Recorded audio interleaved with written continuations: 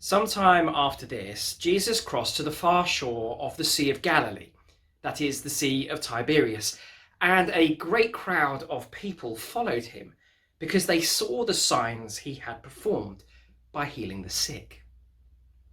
Then Jesus went up on a mountainside and sat down with his disciples. The Jewish Passover festival was near. When Jesus looked up and saw a great crowd coming toward him, he said to Philip, "Where shall we buy bread for these people to eat?" He asked this only to test him, for he already had in mind what he was going to do. Philip answered him, "It would take more than half a year's wages to buy enough bread for each one to have a bite." Another of his disciples, Andrew, Simon Peter's brother, spoke up. "Here is a boy who has 5 small barley loaves and 2 small fish. But how far will they go among so many?" Jesus said, "Have the people sit down."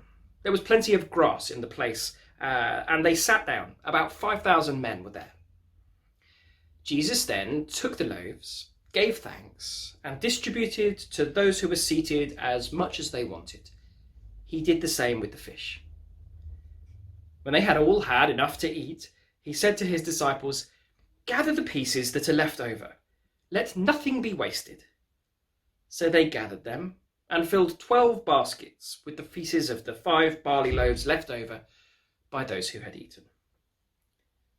After the people saw the sign Jesus performed, they began to say, "Surely this is the prophet who is to come into the world." Jesus, knowing that they intended to come and make him king by force, withdrew again to a mountain by himself.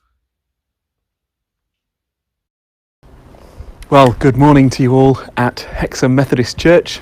I'm really sorry I can't be there in person, but it's good to be celebrating harvest all the same. And today, as we unpick that scripture, as we hear a little bit more about what John 6 has to say for us today and that miracle of the feeding of the 5,000, we'll be exploring how the ordinary becomes extraordinary.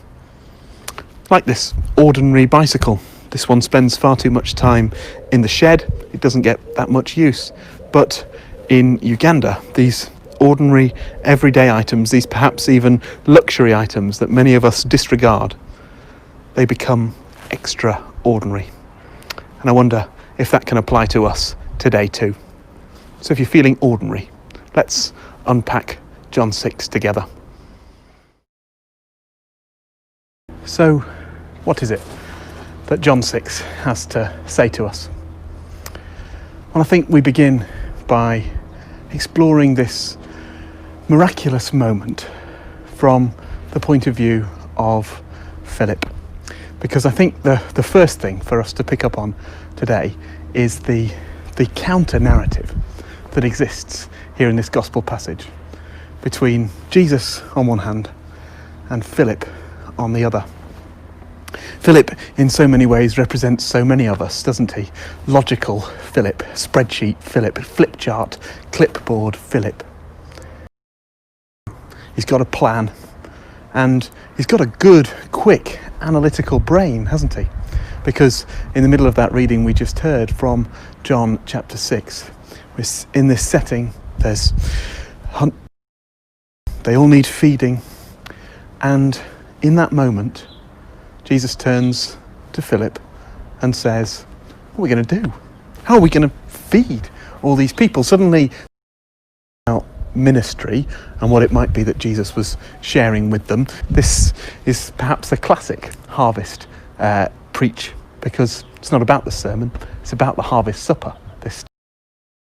This is about getting together and eating together, not necessarily about what Jesus said to those thousands of people to make them all gather.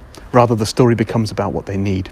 So Jesus says to Philip, how are we going to feed them? What are we going to do with all these people? How are we going to provide the harvest supper to end all harvest suppers for these thousands of people?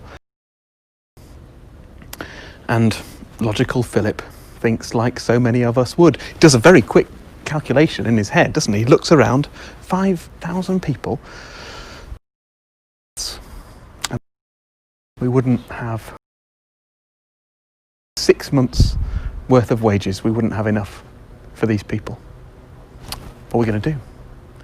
We don't have 6 months of wages to spare. To criticise that way of thinking, and perhaps many of you tuning in today are instinctively Philip-like. You like the way that we just work something out to deliver the answer to the complicated question. And we need those people, and those people are important in seeing change happen. But what Jesus points out in this story just shows us that we miss something. Moment, don't we? And so we see that here in this story, don't we? Jesus offers an alternative view.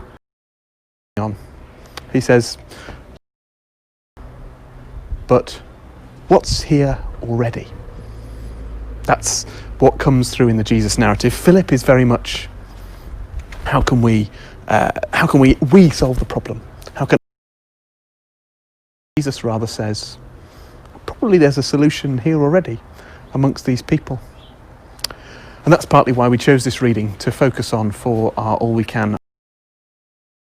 Is because for me this encapsulates so much of what All We Can is trying to do in the world. We're an international development charity. We're part of a great big organisation seeking to tackle poverty. Of that sector, much of the piece of work trying to end global poverty, like Philip. Well, there's a problem we need to raise in order to fix the problem. You can almost imagine a fundraising committee and saying worth of wages to raise funds who are gathered. People carry on starving. I wonder, too often we've jumped to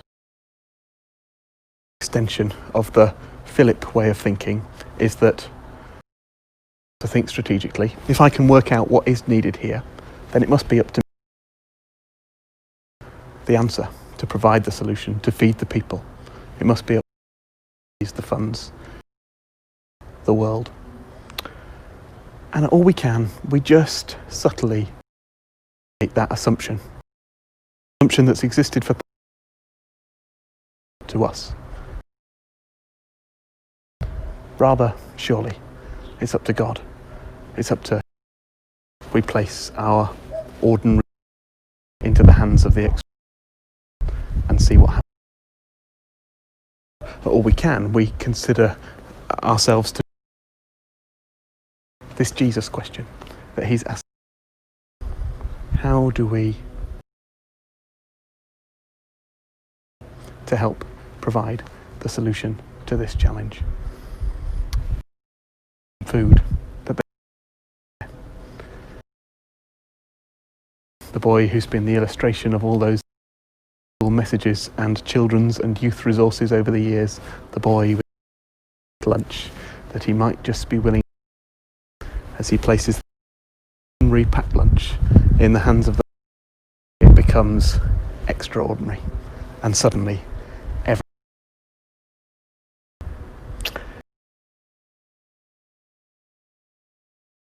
it's as simple as sometimes a little bit too do we try and logic it out instead of allowing the way of love and the way of generosity to make space. And then the second is happens. This miracle sermon that leads to an abundance of feeding. Because one moment everybody's and working out the go around. One little boy demonstrates what sharing looks like. What it's like.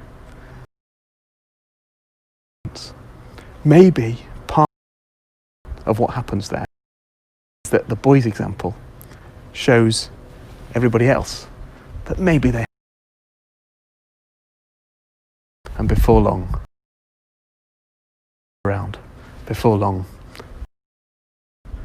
and there's bits left over. Today, let's every day live and as an offering, and discover how when we do that, become in the hands of the Master.